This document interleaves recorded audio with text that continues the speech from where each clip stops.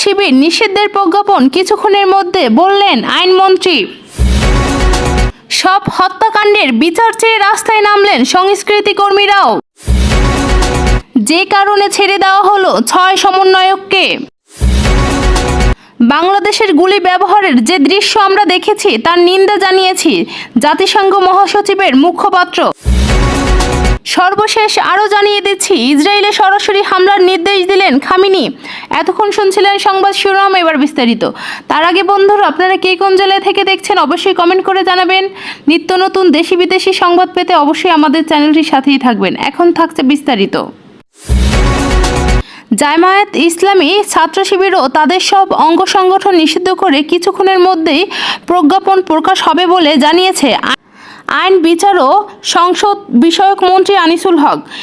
বৃহস্পতিবার 1 আগস্ট মন্ত্রণালয়ের নিজ দপ্তরের বাইরে সাংবাদিকদের ব্রিফকালে এমন একটি তথ্য বলেন তিনি।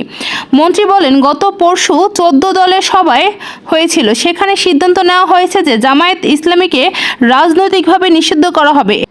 সেটা আমরা গত পরশু করেছিলাম। এর মধ্যে এর নিষিদ্ধের যে গ্রেজেট প্রকাশ করা হবে সেটাও কিছু আইনি বাধ্যবাধকতা আছে, সেগুলো পূরণ করতে হবে। যে কারণে গতকাল স্বরাষ্ট্র মন্ত্রণালয় সে আইনি বাধ্যবাধকতা পূরণ করে আমার মন্ত্রণালয়ের লেজিসলেটিভ বিভাগে পাঠিয়েছি। এরপর সেটিকে ভেটিং করে আবার স্বরাষ্ট্র মন্ত্রণালয়ে পাঠিয়ে দিয়েছি। আমার মনে হয় কিছুক্ষণের মধ্যেই স্বরাষ্ট্র মন্ত্রণালয়ে এই গেজেট প্রকাশ করা হবে বলে তিনি জানিয়েছেন। তিনি আরও বলেন, সরকার এই সিদ্ধান্ত নিয়েছে যে স্বতন্ত্র বিরোধী আইনের 18(1) ধারায় জামায়াত শিবির ও অন্যান্য যে অঙ্গ সংগঠন নিষিদ্ধ করলো এবং এটা সন্ত্রাস বিরোধী আইনের যে দ্বিতীয় তফসিল আছে সেখানে এগুলো তালিকাভুক্ত হবে। এটা আমাদের সিদ্ধান্ত। আপনারা মনে হয় কিছুক্ষণের মধ্যেই প্রজ্ঞাপন পেয়ে যাবেন। এটা স্বরাষ্ট্র মন্ত্রণালয়ের দায়িত্ব। এর আগে সোমবার 29 জুলাই গণভবনের অনুষ্ঠিত আওয়ামী লীগের নেতৃত্বাধীন 14 দলীয় জোটের সভায় জামায়াত ইসলামী এবং ইসলামী ছাত্র শিবিরকে নিষিদ্ধ করার বিষয়ে একমত হন নেতারা। আওয়ামী লীগ সভাপতি ও প্রধানমন্ত্রী শেখ হাসিনা বৈঠকে সভাপতিত্ব করেন। পরে আওয়ামী লীগের সাধারণ সম্পাদক এবং সড়ক পরিবহন ও সেতুমন্ত্রী ওবায়দুল কাদের জামায়াত ইসলামী এবং ইসলামী ছাত্র শিবিরকে নিষিদ্ধ করার সিদ্ধান্তে কথা সাংবাদিকদেরকে জানান। কোটা সংস্কার আন্দোলনকে কেন্দ্র করে দেশে হত্যা, সহিংসতা, গ্রেপ্তার সহ হয়রানির প্রতিবাদে রাস্তায় নামবে গতকাল জানিয়েছে সংস্কৃতি কর্মীরা। পূর্ব ঘোষণা মতে সকাল 11টায় দৃশ্য মাধ্যমে শিল্প সমাজ এ ব্যানারে যুক্ত হয়ে আজ মানিক মিয়া এভিনিউ জাতীয় সংসদ ভবনের সামনে দাঁড়াবেন তারা। সেখানে দাঁড়িয়ে দেশের চলমান পরিস্থিতির সকল হত্যার হিসাব ও বিচার, গুলি ও সহিংসতা বন্ধ, গণগ্রেপ্তার ও হয়রানি, আটক শিক্ষার্থীদের মুক্তির দাবি জানাবেন। মানিক মিয়া এভিনিউতে দাঁড়াতে পারেনি, পুলিশ তাদের দাঁড়াতে দেয়নি। এদিকে চরম বৈরিত করেছিল প্রকৃতিও। নামল তুমুল বৃষ্টি। সংসদ ভবনের সামনে যাওয়ার পথে বাধা পাওয়ায় খামারবাড়ির মোড় থেকে বৃষ্টিতে ভিজে উপস্থিত শিল্পীরা ব্যানার হাতে স্লোগান দিতে দিতে এসে দাঁড়ান ফার্মগেট সেজান পয়েন্টের সামনে। সেখানে রাষ্ট্রের প্রতি দাবি জানালে ভয়হীন, ন্যায্য ও মানবিক মর্যাদা বাংলাদেশ গড়ায়, সব হত্যার বিচার করা এবং চলমান হত্যা, সহিংসতা, গণগ্রেপ্তার আর হয়রানির বন্ধের জন্য। দৃশ্য মাধ্যম শিল্প সমাজে ব্যানারে যুক্ত হয় এই সংস্কৃতি কর্মীদের মধ্যে এদিন সরাসরি হাজির ছিলেন মামুনুল হক রশিদ, মোশাররফ করিম, আজমেরি হক বাদন, সাবিলা নূর, আশফাক নিপুণ, নুরুল আলম আতিফ, অমিতাভ রেজা, পিপুল আর খান, শিবকুমার শীল, রেদওয়ান রনি, জাকিয়া বাড়ি মম, সোহেল মণ্ডল, সিয়াম আহমেদ সহ অসংখ্য সংস্কৃতিকর্মী। প্রায় প্রত্যেকের একই দাবি, হত্যার বিচার এবং হত্যা বন্ধ করা। সঙ্গে সংহতি জানিয়েছেন শিক্ষার্থীদের 9 দফা দাবির প্রতিও।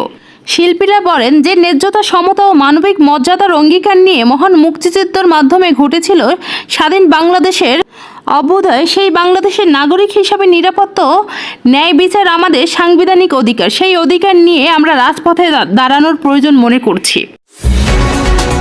আইন বিচার ও সংসদ বিষয়ক আনিসুল হক বলেন, ডিবি কার্যালয়ে থাকা কোটা সংস্কার আন্দোলনের 6 সমন্বয়ক নিরাপত্তার প্রয়োজন নেই জানিয়েছেন। তাই তারা চলে যাওয়ায় ইচ্ছা প্রকাশ করায় তাদের বাধা দেওয়া হয়নি। বৃহস্পতিবার 1 আগস্ট মন্ত্রণালয়ের সাংবাদিকদের ব্রিফকালে এমন তথ্য জানিয়েছেন তিনি। এর আগে বৃহস্পতিবার দুপুরে 1:30টার দিকে 6 সমন্বয়ককে তাদের পরিবারের কাছে পাঠিয়ে দেওয়া হয়।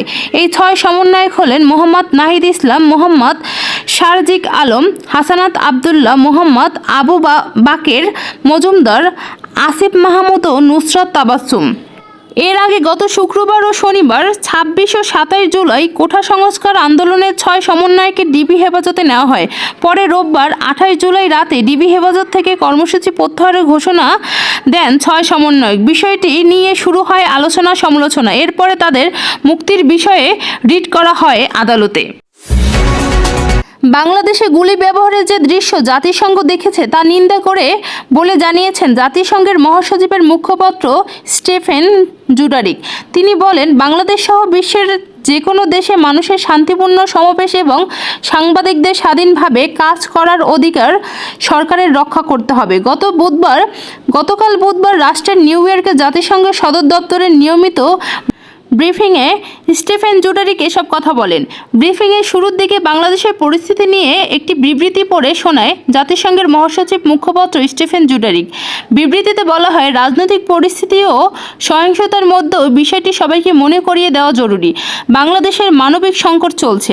ঘূর্ণিঝড় রিমাল সহ বিভিন্ন জরুরি পরিস্থিতির শিকার মানুষদের জাতিসংঘের অংশীদাররা অব্যাহতভাবে সহযোগিতা দিয়ে যাচ্ছে। চলিত বছর ঘূর্ণিঝড় রিমালে ক্ষতিগ্রস্ত হয়েছে ১,৩০,০০,০০০ মানুষ। ইন্টারনেট ও ব্যাংক বন্ধ, কারফিউর মতো অপারেশন চ্যালেঞ্জ সত্ত্বেও জাতিসংঘের অংশীদারেরা তাতে কাজে অব্যাহত রেখেছে। গত জুন মাসে জাতিসংঘের অংশীদারেরা ১২ লাখ মানুষকে সহায়তার জন্য $৮ কোটি মানবিক সারা পরিকল্পনা চালু করেছেন। বিবৃতিতে ঘূর্ণিঝড় দুর্গত মানুষ এবং কক্সবাজারের মিয়ানমার থেকে আসা রোহিঙ্গা শরণার্থীদের মধ্যে মানবিক সহায়তা নানা তথ্য তুলে ধরা হয়। জাতিসংঘ মহাসচিবের মুখপাত্রের কার্যালয়ের নিয়মিত প্রেস ব্রিফিংয়ে এক সাংবাদিক প্রশ্ন করেন, বাংলাদেশের বিভিন্ন জায়গা আন্দোলনকারী শিক্ষার্থীদের উপর দমন পীড়ন অব্যাহত রয়েছে। এসব ঘটনা তদন্তে বাংলাদেশের সরকার কি জাতিসংঘের সহায়তা চেয়েছে? স্বাধীনতার অভাব থাকা রাষ্ট্রনিয়ন্ত্রিত প্রতিষ্ঠানের তদন্তে জাতিসংঘ কি সহায়তা করবে, নাকি জাতিসংঘ নিজস্ব তদন্তে প্রস্তাব দেবে? জবাবে মুখপাত্র স্টেফেন ডুজারিক বলেন, প্রশ্নে অনেকগুলো বিষয় রয়েছে। যে কোনো দেশের সরকার যে কোনো বিষয়ে সাহায্য চাইলে জাতিসংঘ অবশ্যই সব সময় তা করতে প্রস্তুত। আর কিভাবে সেই সহায়তা সবচেয়ে ভালোভাবে করা যায় তা জাতিসংঘ দেখেন। এ ধরনের বিষয়ে স্বাধীন তদন্ত করার জন্য জাতিসংঘের লেজিসলেটিভ বডির অনুমতির প্রয়োজন। হামাসের রাজনৈতিক শাখার প্রধান ইসমাইল হানিয়াকে হত্যার প্রতিশোধ নিতে ইসরায়েলে সরাসরি হামলার নির্দেশ দিয়েছে ইরানের সর্বোচ্চ ধর্মীয় নেতা আয়াতুল্লাহ আলী খামেনি। বৃহস্পতিবার ইরানের ৩ জন শীর্ষ কর্মকর্তার বরাত দিয়ে তথ্য জানিয়েছেন মার্কিন সংবাদ মাধ্যম নিউ ইয়র্ক টাইমস। খবরে বলা হয়েছে, তেহরানের ইসমাইল হানিয়া হত্যার শিকার হয়েছেন ঘোষণার পরপরই জরুরি বৈঠকে বসেছেন ইরানের সুপ্রিম ন্যাশনাল সিকিউরিটি কাউন্সিল। সে সময় ইসরায়েলের সরাসরি হামলা করতে নির্দেশ দেন আয়াতুল্লাহ আলী খামেনি। বৈঠকে রেভলিউশনারি গার্ডের 2 সদস্য সহ ওই 3 ইরানি কর্মকর্তা উপস্থিত ছিলেন, তবে তাদের নাম প্রকাশ্যে আনতে চাননি। দিনের শুরুতেই সোশ্যাল মিডিয়ার এক পোস্টে হানিয়া হত্যাকাণ্ডের কঠোর প্রতিশোধ নেওয়ার ঘোষণা দিয়েছেন ইরানের সর্বোচ্চ নেতা। এক পোস্টে খামেনি বলেছেন, ইরানের সীমানার মধ্যে সংঘটিত এই তিক্ত দুঃখজনক ঘটনার পর প্রতিশোধ নেওয়া আমাদের কর্তব্য। কয়েক মাস আগে সিরিয়ার ইরানি কনসুলেটের হামলার জবাবে ইসরায়েলি ভূখণ্ড লক্ষ্য করে কয়েকশো ড্রোন ও ক্ষেপণাস্ত্র নিক্ষেপ করেছিল ইরান। ইসরায়েলের মাটিতে এটিই ছিল প্রথমবার ইরানের সরাসরি হামলার ঘটনা। বুধবার ইরানের গুপ্ত হত্যার শিকার হন ইসমাইল হানিয়া। নতুন ইরানি প্রেসিডেন্ট মাসুদ পেজেশকিয়ানের অভিষেক অনুষ্ঠানে অংশ নিতে তেহরানে গিয়েছিলেন তিনি। এক বিবৃতিতে হামাস জানায়, ইরানের রাজধানী তেহরানের হানিয়ার বাসস্থান ইহুদিবাদী গুপ্ত হামলা ৬২ বছর বয়সী হামাস প্রধান ও তার একজন দেহরক্ষী নিহত হয়েছেন। ইসমাইল হানিয়ার হত্যাকাণ্ডে ইরান সরাসরি ইসরায়েলকে দায়ী করছে, যদিও এখন পর্যন্ত আনুষ্ঠানিকভাবে এই ঘটনার দায় স্বীকার বা অস্বীকার কোনোটাই করেনি ইসরায়েলি সরকার। তবে তাদের মন্ত্রীসহ বেশ কয়েকজন শীর্ষ নেতা হানিয়ার নিহত হওয়ার ঘটনায় স্বস্তি প্রকাশ করেছেন। ইসরায়েলের ঐতিহ্য বিষয়ক মন্ত্রী আমিচাই ইলিয়াহু সামাজিক মাধ্যমে বলেছেন, হানিয়ার মৃত্যু বিশ্বকে আরও নিরাপদ করে তুলবে। এদের জন্য আর কোনো শান্তি বা আত্মসমর্পণ চুক্তি নয়, আর কোনো করুণা নেই।